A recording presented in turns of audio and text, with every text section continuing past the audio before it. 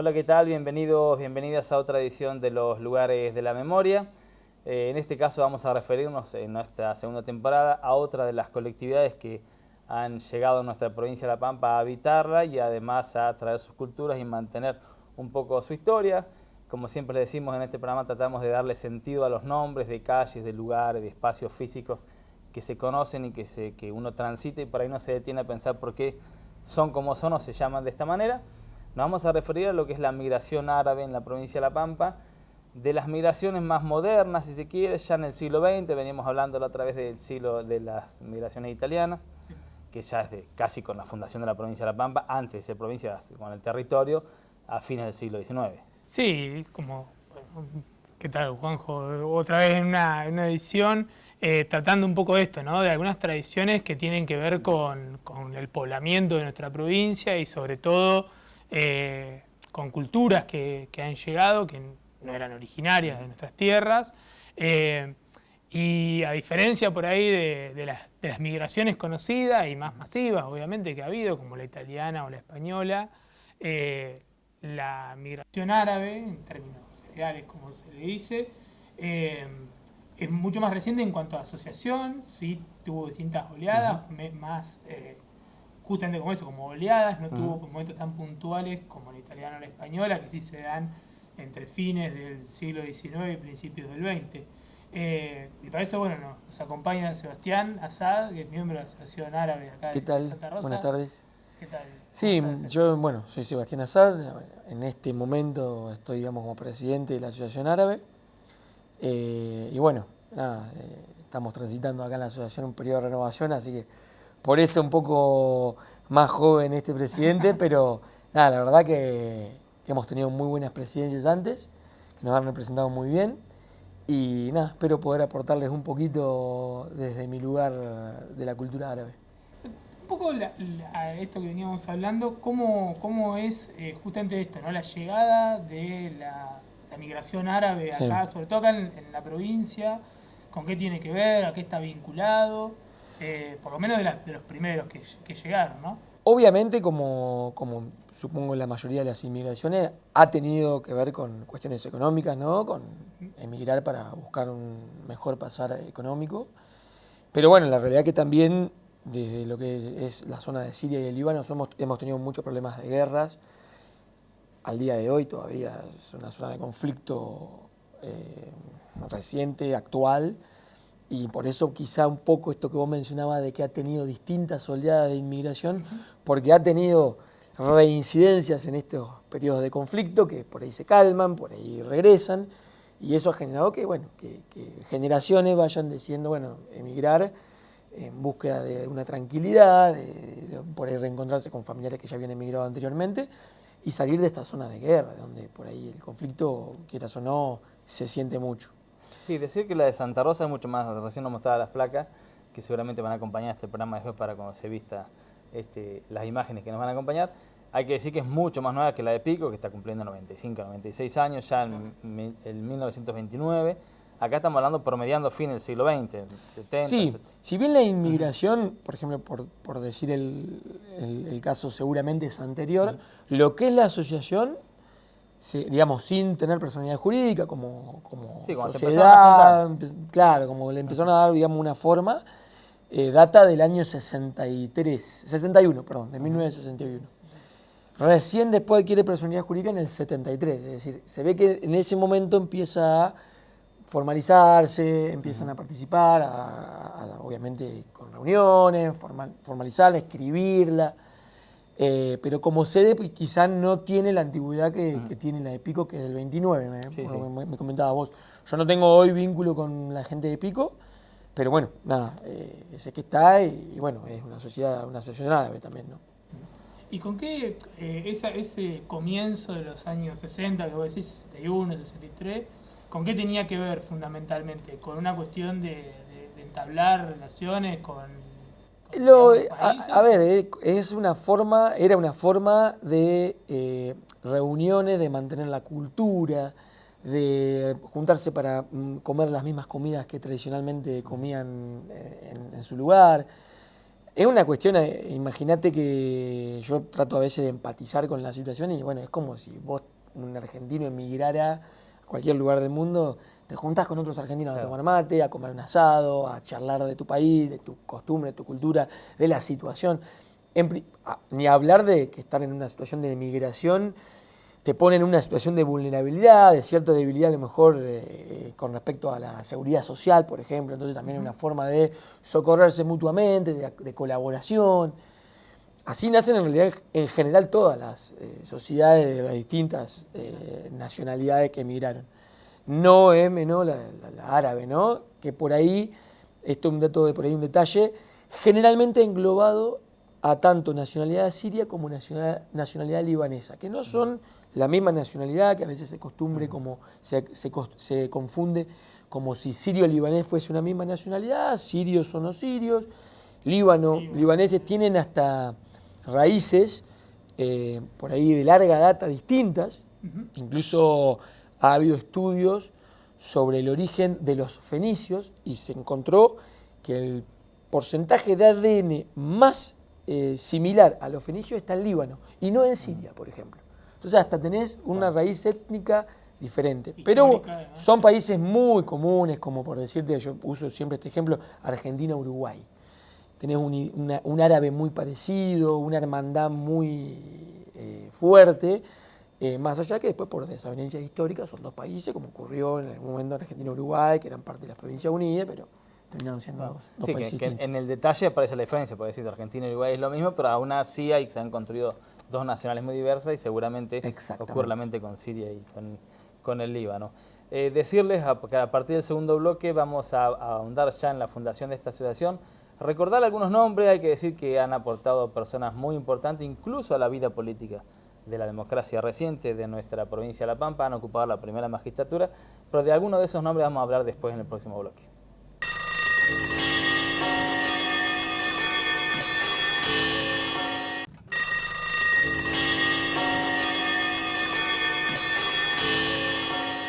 Bien, continuamos en este programa de los lugares de la memoria abordando la llegada de distintas personas del mundo árabe, que como nos decía recién Sebastián, mayormente de Siria y del Líbano.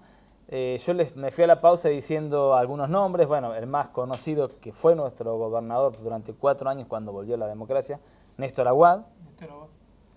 Hubo un ministro muy conocido, fallecido recientemente, Rodolfo Pildoro Gassia, y yo estoy pensando en los nombres que leí en las placas que nos mostrabas. Y la verdad que uno, si primero te dicen dónde está vinculado la gente de la asociación árabe o los que vienen de países árabes, pensás en comerciantes, pensás por ahí más vinculado a eso, pero también han dejado su huella en la historia y en la política pampeana. Un poco nos costaba también esto, ¿no? De Siria iba a decir Palestina, de Siria y Líbano, esta cuestión de que la mayoría viene de esos dos países. Sí. Por lo general, esto lo charlábamos, acá se lo denominábamos todos como turcos, un poco por qué venía eso, ¿no? Porque también tiene que ver con una cuestión histórica. Tiene su motivo, digamos, todo lo que era Siria y Líbano, en un periodo histórico, estuvo bajo la dominación del Imperio Otomano, y bueno, y como tal, el árabe que emigraba de esa zona, emigraba con pasaporte otomano, con pasaporte turco.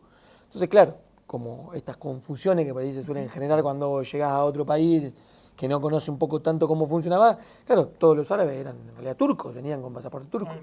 Empieza a generarse esta costumbre de decirle turco al árabe. Pero eso ocurre hoy, le siguen diciendo turco a ustedes, ¿o no? Hoy nuestra generación, y claro, sí, olvídate, y ya es como que lo aceptamos, ¿no? Sí, el turco y vos te das vuelta. Pero bueno, por ahí un detalle no menor es que vos, a mi abuelo o a las personas que en realidad recién emigraban y tenían esta situación y les decían turcos, podía hasta resultar ofensivo, porque lo estaba llamando con el nombre o con la denominación del ejército invasor, que ellos estaban huyendo de quienes estaban dominando por distintos problemas y no les gustaba para nada que les dijeran turco. No, ¿yo cómo voy a ser turco? O sea, se enojaba. No, turco no soy. Me acuerdo de mi abuelo, por ejemplo, que sin ir más lejos, que era libanés, inmigrante, digamos, del Líbano, y no quería saber nada con que le dijeran turco. Vos ya sos argentino, obviamente, pero te habrá contado solamente tu abuelo, quien hayan venido del país, de Siria o del Líbano, ¿Cómo es ese choque? Digo, porque venís con otra lengua, venís con otras culturas, sin entrar en otras creencias tampoco, digo, pero venís a algo que ni siquiera le conocés el habla. Totalmente. Yo tengo una particularidad de que mi generación, digamos, de emigrantes llega incluso hasta mi mamá. Mi mamá es libanesa. Ah, mira. Mi mamá nació en el Líbano, se casa con mi papá cuando tiene 19, 20 años y emigran acá justamente cuando estaba sucediendo la guerra civil libanesa, que tanto conflicto general por temores, por seguridad, y bueno, decidieron venirse ¿Y para ya acá. hay familia de ustedes acá? Sí, sí. Digamos, acá viene mi bisabuelo. Como mi tatarabuelo viene a Argentina, pierde contacto con su familia, al tiempo viene mi bisabuelo siguiendo, digamos, un poco los pasos del padre, pero viene más a buscarlo y a echarle en cara que los abandonó, porque de hecho fue así, hay una historia que dice que lo encontró en muy mal estado, digamos, de salud, económico, etcétera, y que lo único que ocurrió fue que le echó en cara haberlos abandonado y que él iba a hacer por su familia lo que el padre no había hecho por él y su familia. Entonces, como que ese fue el motor por el cual emigra y viene acá, se desarrolla económicamente y trae a toda su familia. Ahí viene mi abuela, viene mi abuelo, en distinto orden, más allá no vamos a entrar en detalles, pero digamos, ya desde ahí viene la emigración de mi familia. Bueno, vinieron mis abuelos, mi papá nace acá, o sea, mi papá y mis tíos, que son los hermanos mayores, nacen ya todos en Argentina, 53, 52, mi papá 60. Pero bueno, obviamente nacido en Argentina con toda la familia en el Líbano, mi papá, con mucha familia en el Líbano, padres libaneses. Entonces, en este ida al Líbano, conoce a mi mamá, una historia muy romántica, ¿no? Pero se enamora, se casan, y después por estas cuestiones de la guerra terminan viniéndose también para Argentina. Ahí nazco yo acá, digamos. Pero mi mamá es libanesa. Pero o sea, ¿y vos el lenguaje se sostiene? Tema de lenguaje. Bueno, muy difícil, o sea, la realidad que por ahí quien tiene vínculos con personas que han venido de allá, notarán que pasa el tiempo, se aprende el español, pero no terminan de quedar palabras, expresiones que denotan que es extranjera esa persona. Por ahí el árabe a veces le cuesta pronunciar la P, dice B, por eso esto de los baisanos. Claro, sí. En vez de con P, con B, como una forma de color de llamarnos entre nosotros. Pero bueno, mi abuelo, por ejemplo, vino y no hablaba una palabra, fue a trabajar al campo, estuvo años trabajando sin contacto con nadie, sin saber una palabra de español.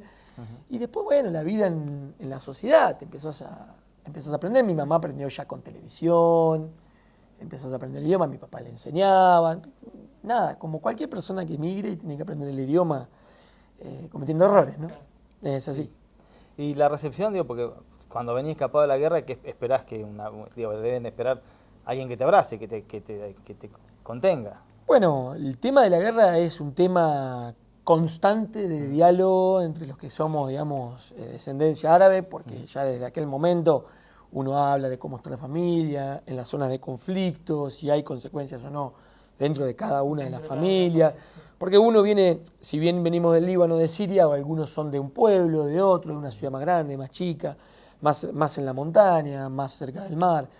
Y las zonas de conflicto a veces están por ahí. El Líbano, por ejemplo, ha tenido el conflicto mucho en el sur del Líbano, no tanto en el norte. Bueno, Siria tiene sus lugares también. Entonces, siempre fue un tema de conversación. Che, ¿cómo está la familia? Si te tocó o no algún coletazo de alguna situación puntual. Pero bueno, eso al día de hoy. Muchos tienen todavía mucho contacto con la familia allá, digamos, ¿no? A diferencia por ahí de otras colectividades de inmigrantes que suelen perder, digamos, esas raíces. Sí. En el caso de ustedes, no. En nuestra generación, por esto que hablamos al principio, que ha habido distintas oleadas de inmigración, hay generaciones como la mía, que yo tengo contacto directo hoy con mi familia en el Líbano, y por ahí habrá otras que están más en una situación parecida quizá a la de italianos y españoles, que saben que vienen de algún pueblo, que sus padres eran de alguna zona, pero por ahí se ha perdido ese vínculo o ese contacto más allá de tener un apellido en común y demás. Nosotros tenemos de todo, gente con familia directa ya en el Líbano o en Siria. Sí. Sí, bueno, de hecho donde estamos hoy haciendo este programa, que es en la Asociación Árabe, hay una historia concreta, muy reciente, de un vínculo, pero la vamos a abordar en el tercer bloque, pero muy concreta, de una migración reciente y en un escenario muy conflictivo, que es conocido por la mayoría, pero bueno, lo abordamos en el tercer bloque.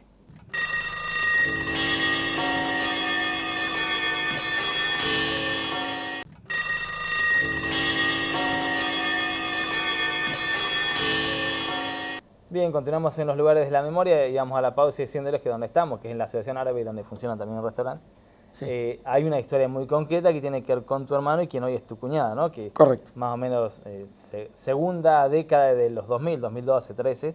Sí, bueno, nada, ocurre esta situación por ahí que mencionábamos antes con los conflictos que hay Claro. todavía en Siria y en el Líbano.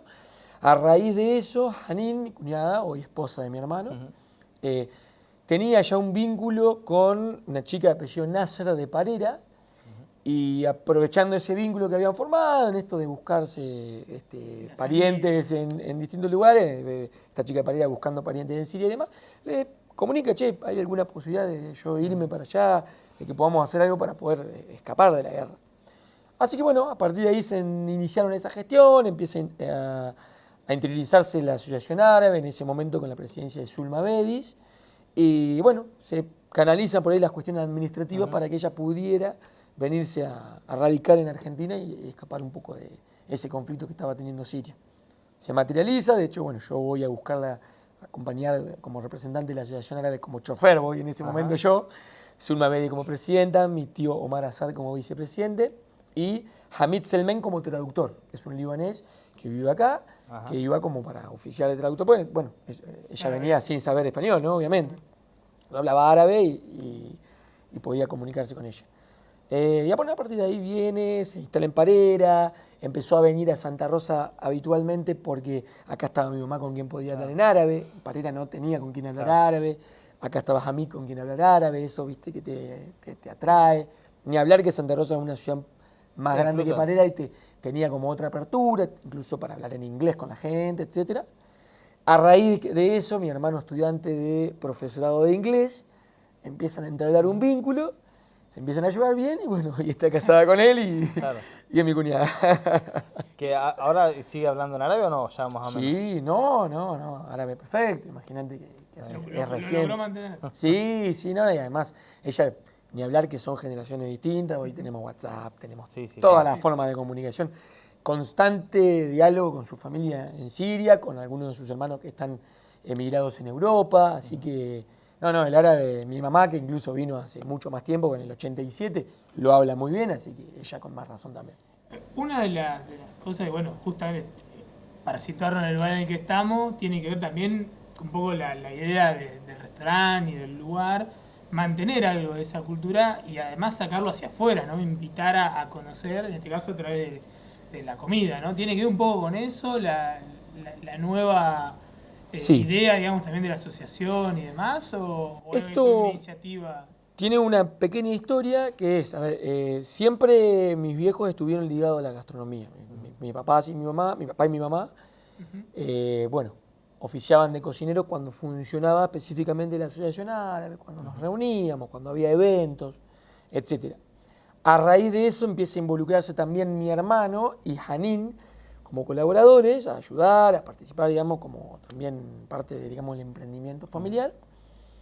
A todo esto, en algún momento, bueno, mis viejos empiezan a decidir dejar un poco de dedicarse a eso y empiezan a tomar esta posta, tanto mi hermano como mi cuñada. Acá funcionaba, donde estamos en este momento, era un salón. La Asociación Árabe lo alquilaba como salón de usos múltiples para fiestas, para eventos, etc. Llega la pandemia, se prohíbe, digamos, el uso del salón para fiestas, ya no existe más el evento, y ese ingreso que percibía la Asociación Árabe se pierde. Claro. Deja de existir, no teniendo mucho más fuentes de ingreso de la asociación. Mi hermano y Hanin ya estaban funcionando como delivery, ya realizaban comida a domicilio. Entonces, como propuesta, le ofrecen a la Asociación Árabe en ese momento, che, nos podrían alquilar el salón para que ampliar la cocina, poder mejorar un poquito y crecer en el emprendimiento de comida árabe. Bueno, le viene bien a todos, ellos mejoran, digamos, el espacio para cocinar, a la Asociación Árabe le empieza a generar un ingreso genuino, en época de pandemia que era todo gasto y no había ingresos, y a raíz de ahí empieza a crecer este delivery, después empieza a analizarse la cuestión de, che, si ponemos un lugar para comer, con la costumbre, con un poco la decoración, que sea un espacio en el que vos ingreses y puedas sentir un poco esta calidez árabe que se siente cuando uno por ahí que ha estado allá conoce de los lugares. Fue una muy buena idea. Para la asociación era representar también un poco la cultura para que cualquiera que esté interesado en querer comer comidas originalmente árabe, después a venir. Y bueno, una cosa trajo a la otra, se fue generando este proyecto y bueno, desapareció, digamos, lo que era el salón y ahora alquila Arabian, que es lo que funciona actualmente como restaurante viernes y sábados. ¿Tienen fechas así, conmemoran? Digo, uno conoce otras colectividades que el día de su independencia o algún día concreto. Digo. Sí, el Líbano tiene, digamos, hay fechas de independencia, hay fiestas por ahí también religiosas, como es el Ramadán, que se dice el Eid en árabe. Nosotros particularmente lo que hacemos generalmente es reunirnos, por ahí no específicamente para conmemorar, claro, lo que nosotros tenemos como asociación árabe es reuniones periódicas como asociación y bueno, aprovechamos esos momentos para charlar todas estas cuestiones culturales, pero por ahí eso es un poco más dentro de la colectividad, no tanto para afuera de eso. Ahora, y hay como un mandato, uno conoce otras colectividades como la Zíngara, por ejemplo. Vos, no sé si tenés hijos o no, pues capaz que los tengas, o sobrinos, ¿querés que sigan o que no sigan? Digamos, en el caso de los Zíngaros es muy claro, sostienen la lengua, sostienen la costumbre de sus trabajos y no abren mucho a la sociedad en la que viven. Yo creo que es una cuestión de sentido de pertenencia. Yo creo que, a ver, yo no tengo hijos, pero creo que a cualquiera le daría placer que tu hijo se involucre quizá en la colectividad que es tu raíz, ¿no? Obviamente ahora estamos transitando, calculo que en todas las colectividades pasa igual, un cambio generacional. No dejamos de ser todos argentinos, con las costumbres argentinas también muy arraigadas en nosotros.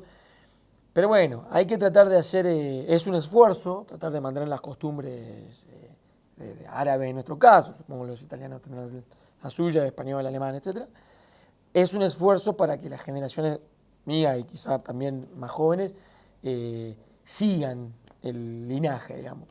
Pero bueno, nada, se intenta como se puede. Costumbres de comida, uno come la comida de la abuela, la comida de mamá, y tratás de mantenerlo porque si no se va a perder en el tiempo, esa es la realidad. Entonces, bueno, tratamos de aportar desde nuestro lugar cada uno. Bueno, Sebastián, te queremos agradecer, hemos llegado al final del programa, gracias por todo lo que nos has contado. Mauro, Mario, nos reencontramos con todos ustedes a partir de la próxima semana. Hasta la próxima.